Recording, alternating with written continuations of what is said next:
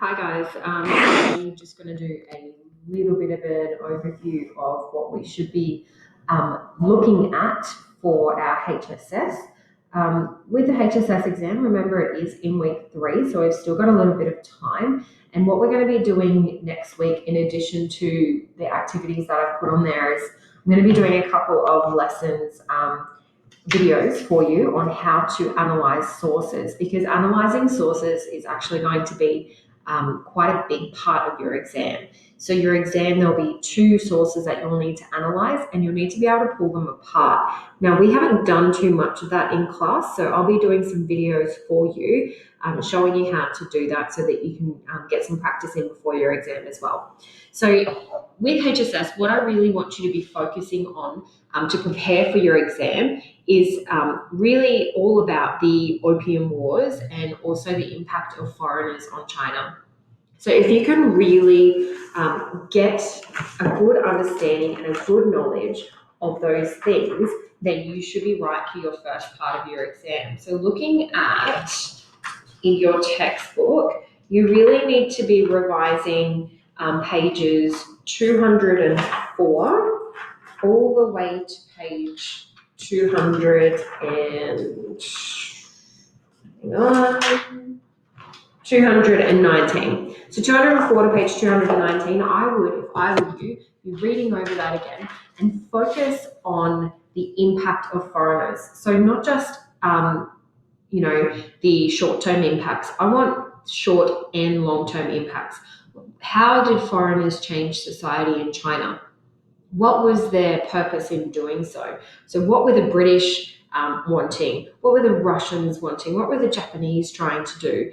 What were the Russians and the Germans and the French trying to do with China? So remember that China didn't actually want any foreign contact. China thought that the rest of the world were barbarians and weren't interested. So remember how Britain forced themselves into trading with China because of the imbalance of the trade agreement. So that's where you've got the start of the Opium War. Remember how the Chinese emperor said to the British governor, I'm not interested in anything that your barbarians have. So I actually got the quote here, the letter to King George III, where he said, "As your ambassador can see, we possess all things. I see no set value on objects of strange or ingenious, and have no use for your country's manufactures." So that's what the Chinese Emperor Qianlong actually said to the ambassador. Remember George McCartney, who turned around and refused to kowtow? And kowtow, remember, is like bending down and putting your head on the ground to show respect to the emperor. So there was really quite a lot of tension between the 2 countries. The Chinese believed that Britain and the rest of the world were all barbarians. They weren't interested. They wanted to look inward and just focus on China, whereas the rest of the world wanted what China had. So if I were you, I would be watching the videos on Andy. These ones are particularly good. I've put them... I couldn't actually embed them on your page. So I emailed them to you. They're the little animated ones. There's 4 of them. They give you a really good overview, again, if you've forgotten a little bit about the Opium Wars and what happened there. And also it goes into foreign influence. So foreign influence on China, I would be taking many notes if you can, and looking at the short and the long-term impacts of the foreign influence. So looking at cause and effect. Okay, so what happened? What was the effect? Think about socially. So what happened to the Chinese socially? You've got the disruption of society because of opium. You have the men, stopping working and looking after their families because they're addicted to opium and smoking opium in the opium dens. So I know I said opium about 12 times then, but that disrupts the social fabric, because remember that women didn't actually work in Chinese society then. So there's a lot of disruption to that. That would have also an economic impact as well. So remember, economic has to do with money.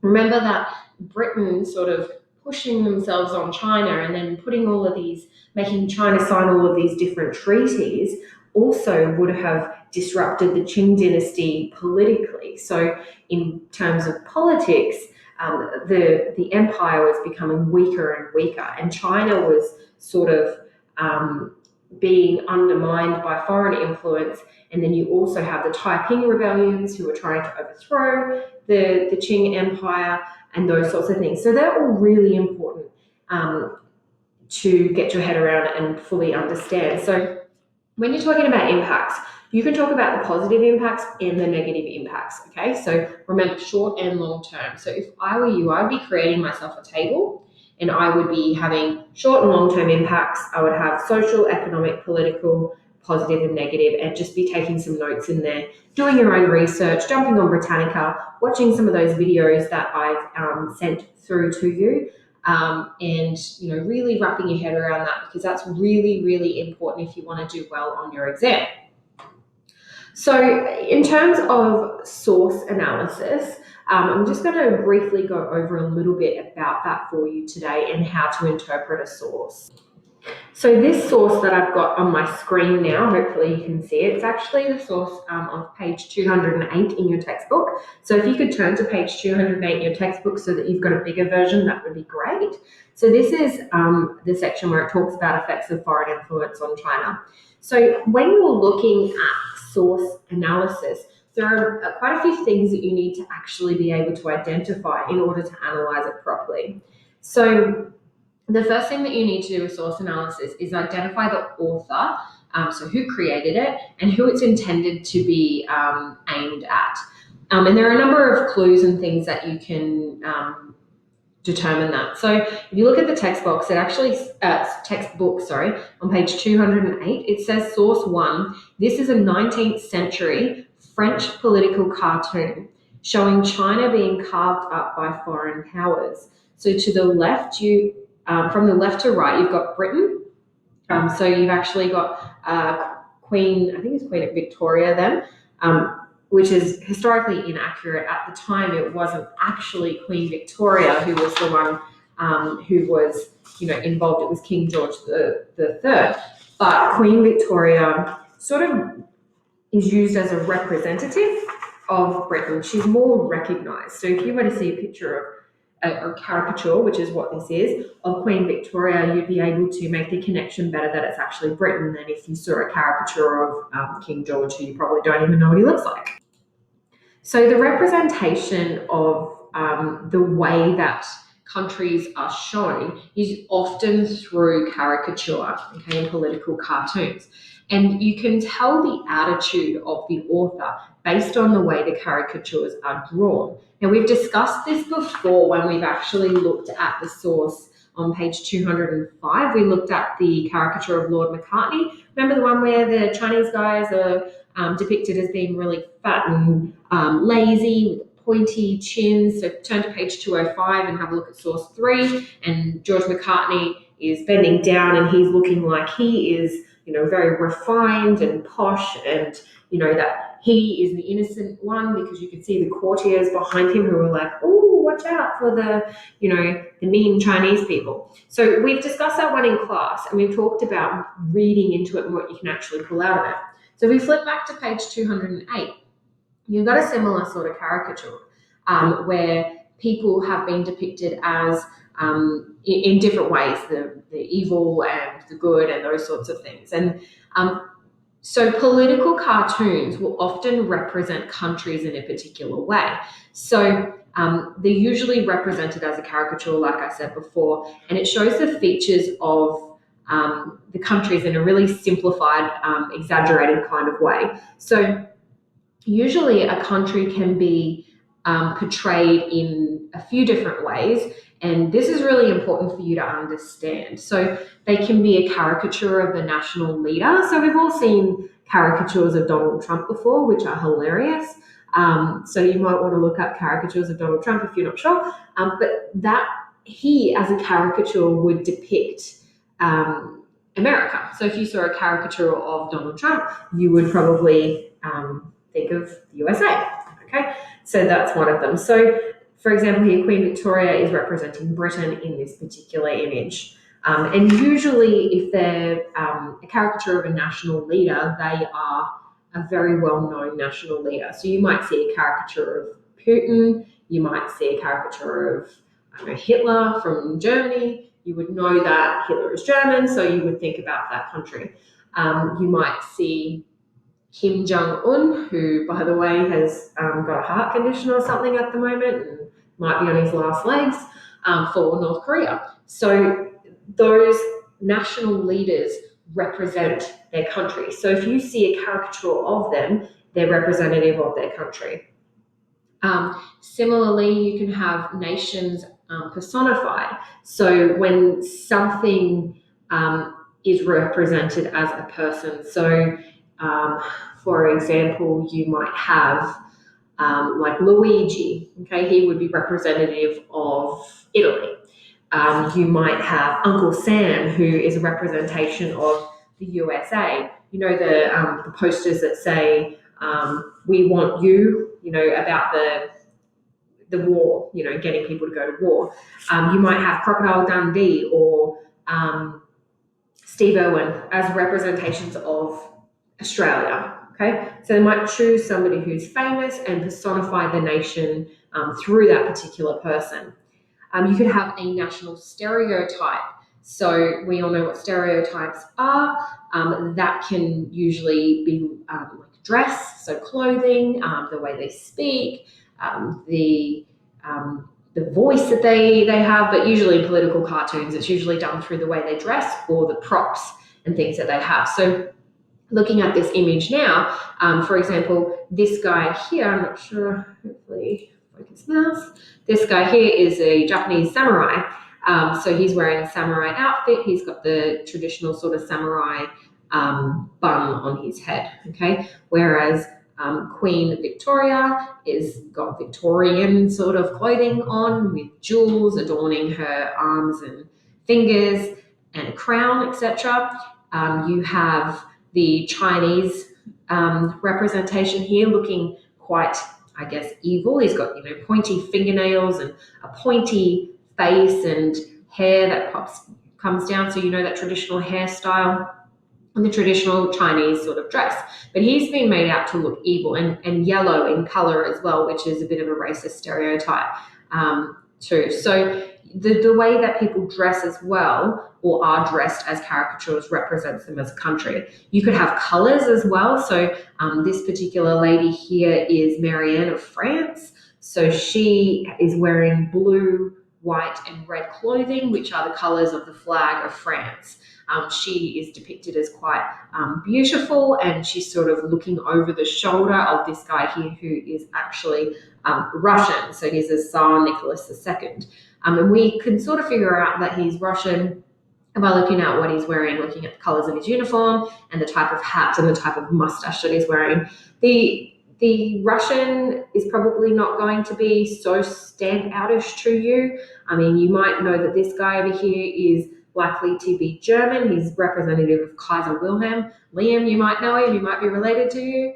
The pointy sort of hat sort of says that he is German, the pointy sort of features and the outfit. So what people actually wear, okay, the way that they're depicted in their clothing, the facial features, all of those sorts of things can portray a stereotype and tell you basically what country they're from, because the idea is you should be able to visually look at it and go, oh yeah, that's right. So, you know, oh, I get it. This one here is from Britain. This one here is probably German. This one's probably Russian. This lady's French. This guy's a samurai, so he's probably Japanese. And this guy looks like he's Chinese.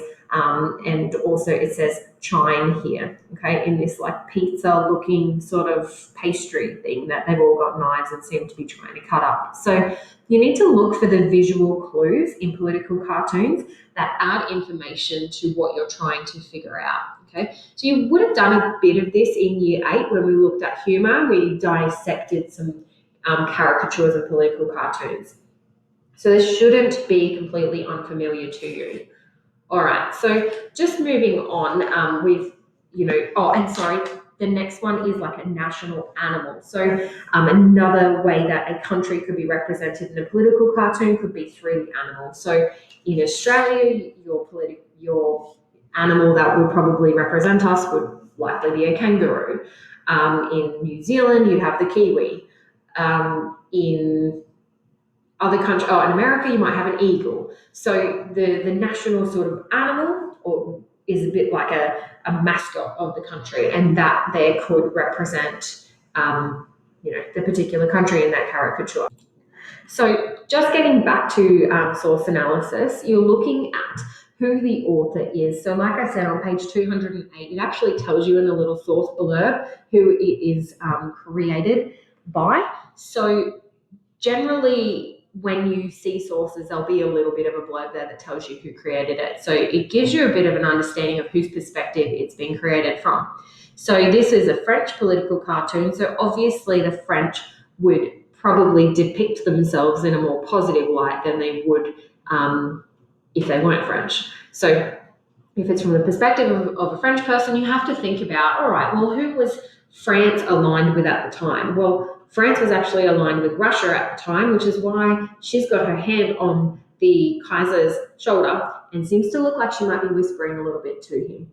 Okay, so they seem like they're quite friendly, all right? Whereas obviously this hasn't been drawn from the perspective of a Chinese person because they're drawn to be quite evil looking, all right, and scary. So you have to think about who created it. So you identify the author and then also try to figure out who it has been created for. Okay, so this has been, it's showing the Qing emperor in the background protesting, right? And it's showing the foreign powers all sort of like studying this pie pastry sort of thing, like, oh, which part's going to be mine? So, I mean, the audience wouldn't be China, would it? Because if the audience was for the Chinese, it would be outrageous. They would be extremely, extremely infuriated by this kind of image because it makes it look like their emperor is really weak and unable to do anything to stop. He's being completely ignored behind those foreign powers. I would probably say that the audience for this would probably be French or Russian. And the way that I get to that, the way that I figure that out, is because the French and the Russian are the only two in this particular image that are portrayed in a positive way. They both look quite soft. They don't have any harsh features to their faces. The Russian guy sort of looks, so in the green with the white hat, he's sort of looking at it like, oh, maybe I'll just have this, like a little bit sort of innocent. He's holding his knife back. So he doesn't look as ruthless or as cutthroat as the others. So, and then like I said earlier, the French lady looks quite dainty. So, I mean, if I were a betting person, I would probably say that the audience for this would be either French or Russian. So if you don't know, if you're not 100% sure, as long as you can justify it, like I just justified it, you're probably on the right path at being correct if it doesn't explicitly say who the audience is.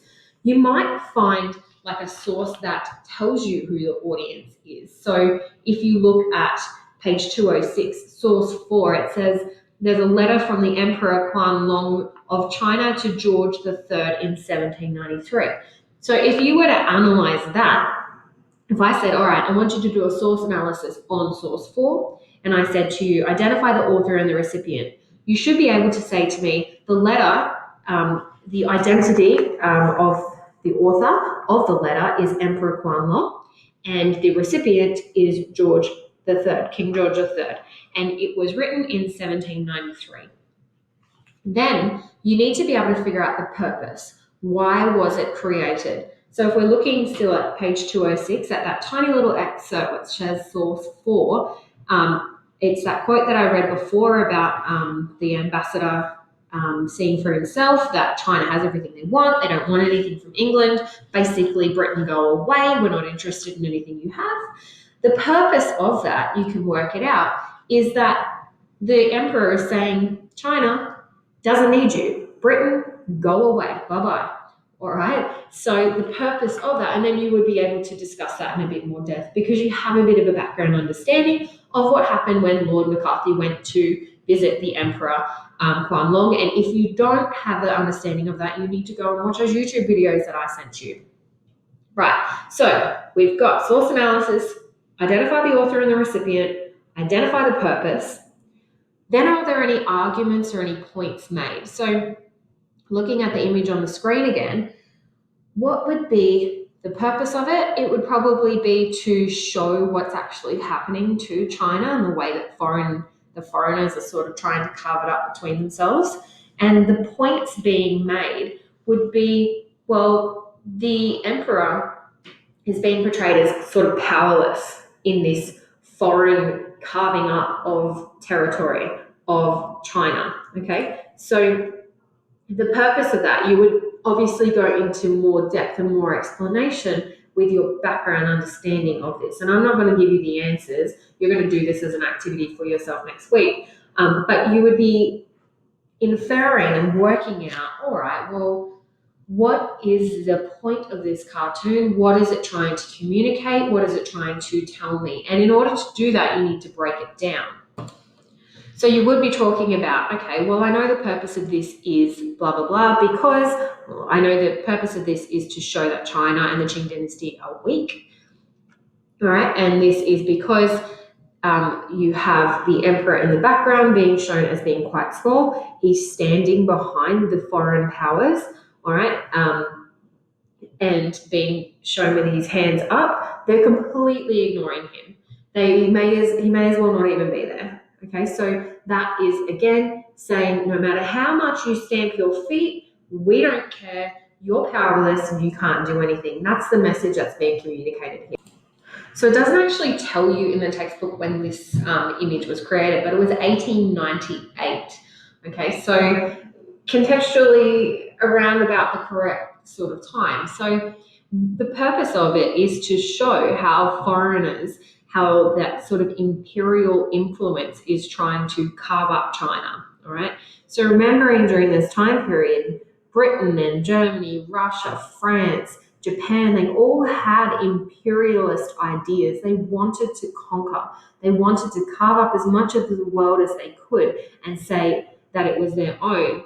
Okay, so remember that Britain was one of the most powerful imperial nations in the world at the time. And so every country was like, no, I want this, I want that. It was like this massive grab for land to be able to stick their flag in and say mine and conquer everything. Okay, so that is what this image is really showing. It's showing the imperialist sort of attitudes. So you talked about what the point is of this cartoon, what message is it trying to communicate. Then in source analysis, you need to be looking at, was it effective? Okay, does it sort of communicate the message it needs to? Does it achieve its purpose? So why would it be effective? Well, it's effective because you can see visually what's actually happening. You've got China being represented as a big sort of pie or pastry. All right, you've got it actually cut into sections, much like a pizza or a pie would be. And you've got the big sort of sharp knives. You got the German guy actually cutting into it, saying mine. So he's being shown as more aggressive. The samurai over here is being more contemplative. So he's looking at it, trying to think about, okay, well, what could I do? Probably being a little bit more strategic. All right, so he looks like he's being a little bit more sort of reserved, but still wanting to take some for himself. He's got his sword over here, so he doesn't quite have it in his hand yet. So he's probably not quite ready to, get in there and take what he wants. Whereas the German's just like, mine, and I better get it before this British lady does. And she's looking at him like, I am going to shank you. Okay, so you have to think about what all of the positioning of, the body language, the props, those sorts of things, and what image it's actually sort of showing you. All right, so you have to also, in source analysis, explain what is actually happening. Okay, and we've done a lot of that already when I just sort of spoke about it to you. So you need to say, well, this is happening. You've got 5 people sitting around what looks like a pie or a pastry that's cut up into pieces. It says China on it, which represents China. You've got the Chinese guy in the background. You're actually describing what's happening in the source. Now, if you do that and explain how you know, which I've already gone all over, you don't I don't need to repeat myself. You're actually talking about the arguments, the points made, the purpose, all of those things. So within that, so if you describe what's happening, what you see, how you know, what the main points, arguments are. Has it achieved its purpose? What is the purpose? If you've identified all of that, you're on your way to a pretty solid source analysis. Source analysis needs to be in depth. Okay, it's not just one or two sentences. It's like a decent chunk of a paragraph. Okay, I would be expecting your source analysis to be anywhere between, I don't know, 10 to 20 sentences long, quite in depth and detailed to be able to get a decent result. So you also need to be looking at how useful is the source at showing what the attitudes, the context, the historical context, cultural context of the time period was. Is it accurate? Is it reliable? Is it biased? Whose bias is being shown? Well, French here is more biased because of the way that they're being represented. So you need to think about that sort of thing when you're identifying the author and the purpose. What are the biases? Okay, is it actually relevant to what was happening at the time? Does it communicate what was going on in history at the time? You need to be able to look at that and explain if it was reliable, all right, how it's reliable, how it's relevant, and justify your opinion on that. So there's a fair bit to source analysis, and I'm going to send you a little document that will just outline some of the things that you need to be able to do for source analysis. You need to practice this. If you don't practice it, you will struggle with your exam. Your exam is going to be 80 minutes long, and it's going to be on Andy as well, and it'll be in week 3, and I'll give you more information about that as we get to it. But if I were you, I would be looking at some of the sources in your textbook. So on page 211, you've got source 3 and source 4. Those are excerpts, so little sections of writing from different perspectives. I'd be trying to analyze those sources based on the little worksheet that I give you. Source 5 on page 212 would be a good one to look at as well. You could also look at source 5 on page 216. You could look at source, there's another good one back here. You could go back and analyse source 3, the picture of George McCartney. Source 4 and 5 on page 206. We've already looked at the image, source 6 on page 206. Practice source analysis, even if it is little sources, because that is where you're going to get your good marks from. Okay, well, I hope this video has been a little bit helpful in terms of source analysis. We will go through much more of it next week. We'll do some practice together, and hopefully you will be all over it. Okay, thanks guys. Have a great weekend, and don't forget to like and subscribe to my English channel. Bye.